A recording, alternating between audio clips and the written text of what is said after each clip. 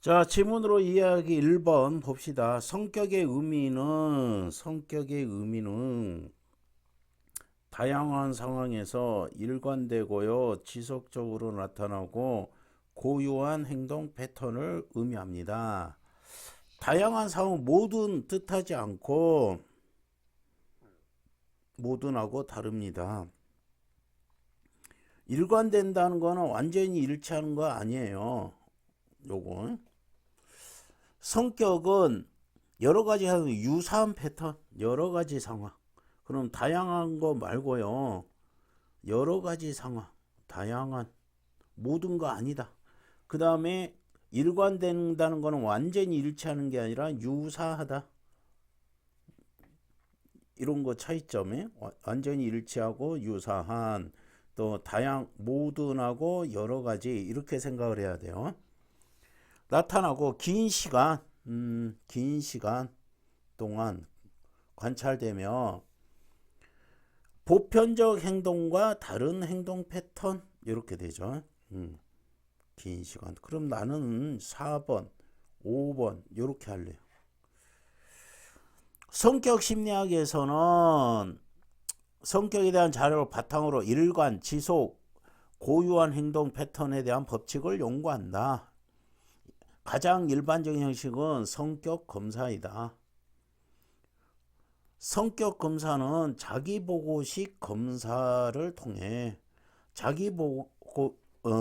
자기보고식 검사란 문항에 대해 스스로가 응답하는 검사입니다. 표와 같이 제시된 문항에 스스로 답을 하면은 응답 내용이 수치화되고 자료로 사용된다. 자기보고식 검사는 믿음직한 검사 도구하고 참여 의지만 있으면 가능하기 때문에 여러 명 동시 요런 장점이 있다. 요거는 장점이니까 색깔 바꿔서 여러 명 동시에 할 수 있으므로 시간이나 비용이 적다. 반면 설명 방법 대조 단점이겠지. 의지가 없다면은 이게 굉장히 중요하네. 적절한 자료로 사용될 수 없다. 따라서 충분히 설명해야 되고 참여 의지를 고취시키는 과정이 반드시 필요하다. 장점 단점 나왔습니다.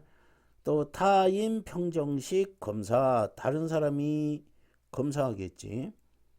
다른 사람이 응답함으로써 자료를 수집한다. 예를 들어 미취학 아동 자료를 누구한테, 요게 미취한 아동은 피검자고요. 보호자가 다른 사람. 아니, 미취학 아동이 어떻게 자기를 쓰겠어요. 이 방식은 응답자가 피검자를 떠올리고 생각한 대로 점수를 매기기 때문에 피검자에 대해 어떻게 생각에 따라 결과가 달라진다. 어떻게 생각하느냐에 따라서 결과가 달라져요. 그러나 보호자처럼 가까운 사람일 때는 정확히 알고 있기 때문에 실제와 크게 다르지 않다. 그런데 성격의 어떤 측면은 드러나지 않을 수 있어요. 의식적으로 드러나지 않은 성격에 대한 자료 수집하고 싶을 때는 투사 검사. 세 번째네. 네모 쳤으니까 네모 쳐자. 투사 검사는 마음속에 있는 것을 다른 대상이 가지고 있는 것으로 자각하는 투사 현상을 이용해서 개인의 성격에 대한 자료를 수집한다. 투사 현상을 이용해서 성격을 수집하는 거다. 뭐냐면은 자기 마음속에 있는 것을 다른 대상이 가지고 있는 것으로 자각하는 현상. 자신이 경쟁자, 질투하면은 자기 마음속에 있는 것이 질투면 경쟁자가 자신을 질투하고 있다. 내가 질투하고 있어요. 근데 다른 경쟁자가 나를 질투한다고 믿는다. 어떤 자극을 제시하고 관찰하면은 마음속에 있는 것을 간접적으로 알 수 있다. 자극 제시하고요. 반응 관찰하고요. 그러면은 간접적으로. 여기서 좀 주목할 게 간접적이네요. 볼펜 뭐처럼 보이나요? 묻기보다 구름을 가리키며 묻는 것이 효과적인데, 그러면은 볼펜을 가리키는 게 아니라 뭐야? 하늘에 있는 구름을 가리켜 묻는 것이 효과적인데, 모호한 자극이 투사될 여지가 크대요. 모호한 자극이 투사될 여지가 크기 때문이다. 자, 그러면은 뭐 하는 거다?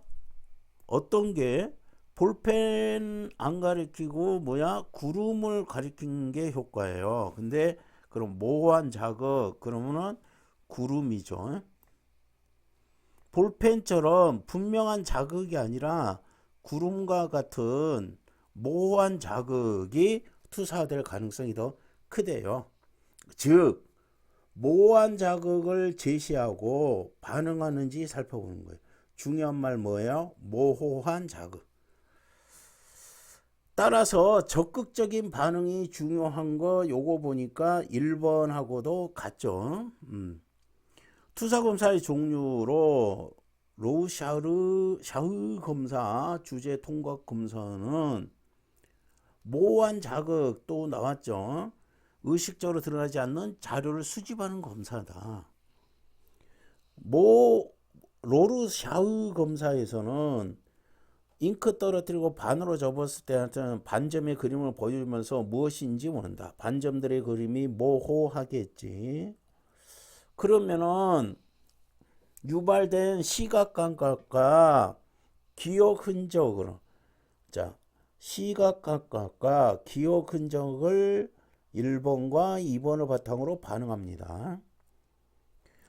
요 사용된 그림들은 서로 다른 특징이 있기 때문에 일련의 카드에 반응하는 과정에서 성격에 대한 다차원적 정보가 수집이 됩니다.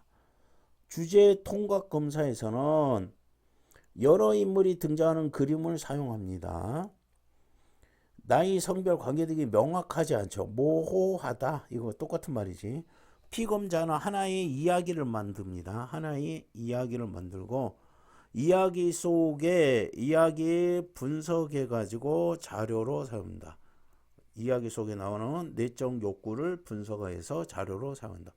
이거 뭐 내용은 대단히 뭐 쉽습니다. 일치하지 않는 거 봅시다. 여러 가지 상황, 긴 시간 맞고요. 성격에 대한 자료를 수집해가지고 연구를 수행하는 거 맞고요. 타인 평장 검사는 이런 이야기는 나온 적이 없습니다.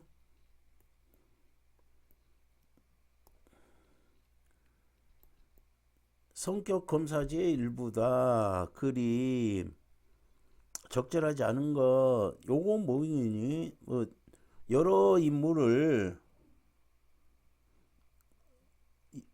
통해 이야기를 해가지고 저기에 대한 이야기네요.